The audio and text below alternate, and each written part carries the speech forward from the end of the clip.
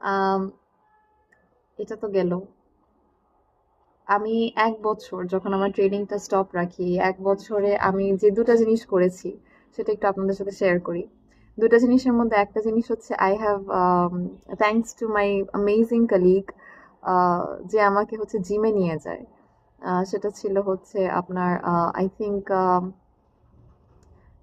অগাস্টের দিকে বা জুলাই শেষে বা অগাস্টের শুরুতে। অ্যান্ড অ্যান্ড আফটার দ্যাট আলহামদুলিল্লাহ ইরেগুলার হোক, আমি আহ, মানে I've been working out, I've been lifting weights and it has helped me immensely.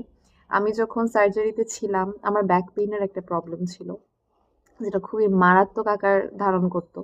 After working out, lifting weights, trust me, the amount of mobility and strength my body has at this point helps me immensely in my work and I love working out. কিছুদিন আছে যে আমি